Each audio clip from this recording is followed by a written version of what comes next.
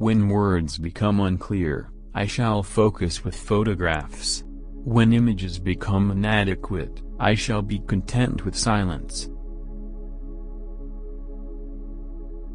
You don't make a photograph just with a camera. You bring to the act of photography all the pictures you have seen, the books you have read, the music you have heard, the people you have loved. You don't take a photograph, you make it. No man has the right to dictate what other men should perceive, create or produce, but all should be encouraged to reveal themselves, their perceptions and emotions, and to build confidence in the creative spirit. A great photograph is one that fully expresses what one feels, in the deepest sense, about what is being photographed. To the complaint, "There are no people in these photographs," I respond, there are always two people, the photographer and the viewer. There are no rules for good photographs, there are only good photographs. Sometimes I arrive just when God's ready to have someone click the shutter. It is horrifying that we have to fight our own government to save the environment. There is nothing worse than a sharp image of a fuzzy concept. In wisdom gathered over time, I have found that every experience is a form of exploration. Not everybody trusts paintings, but people believe photographs. A photograph is usually looked at, seldom looked into. A great photograph is a full expression of what one feels about what is being photographed in the deepest sense, and is thereby a true expression of what one feels about life in its entirety. Life is your art. An open, aware heart is your camera. A oneness with your world is your film. Your bright eyes and easy smile is your museum. Landscape photography is the supreme test of the photographer, and often the supreme disappointment. There are two people in every photograph, the photographer and the viewer. The whole world is, to me, very much alive, all the little growing things, even the rocks.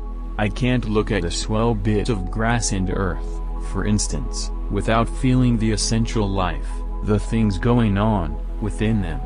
The same goes for a mountain, or a bit of the ocean, or a magnificent piece of old wood.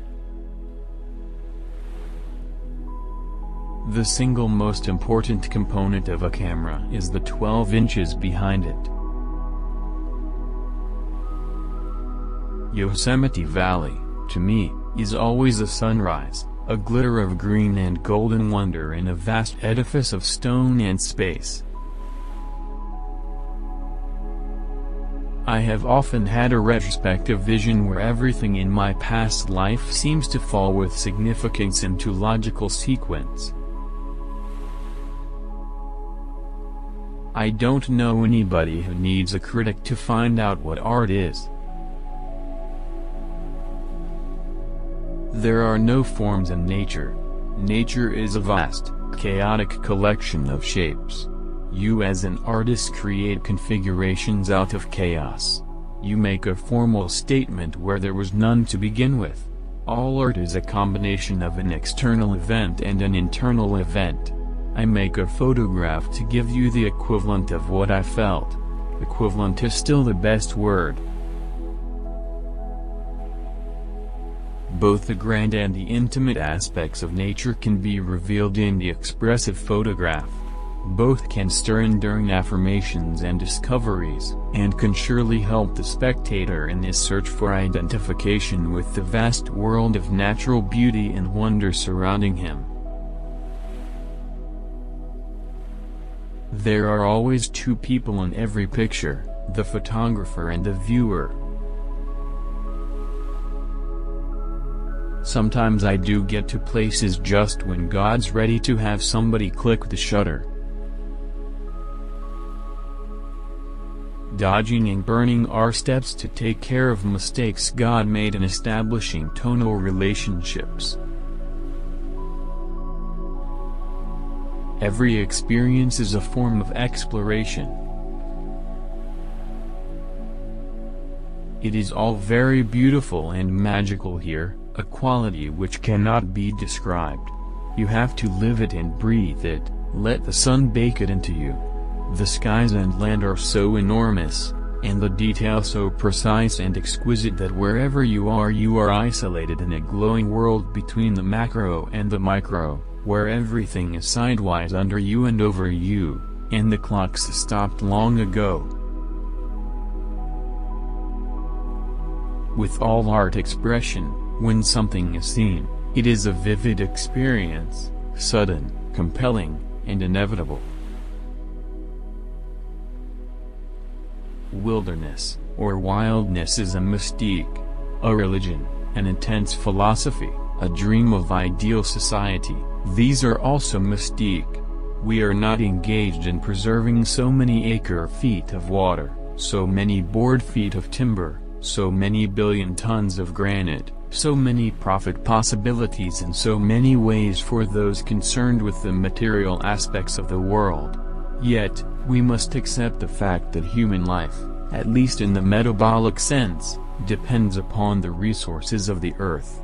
As the fisherman depends upon the rivers, lakes and seas, and the farmer upon the land for his existence, so does mankind in general depend upon the beauty of the world about him for his spiritual and emotional existence. From a speech to the Wilderness Society, May 9, 1980. We observe few objects really closely.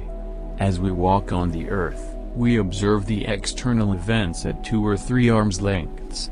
If we ride a horse or drive in an automobile, we are further separated from the immediate surround. We see and photograph scenery. Our vast world is inadequately described as the landscape. The most intimate object perceived daily is usually the printed page. The small and commonplace are rarely explored. Millions of men have lived to fight, build palaces and boundaries, shape destinies and societies, but the compelling force of all times has been the force of originality and creation, profoundly affecting the roots of human spirit. For me it is most often an immediate reaction. The more I look for something, the less chance there is for finding anything of value. I have often said that the negative is similar to a musician's score, and the print to the performance of that score. The negative comes to life only when performed as a print. You don't take a photograph, you make it.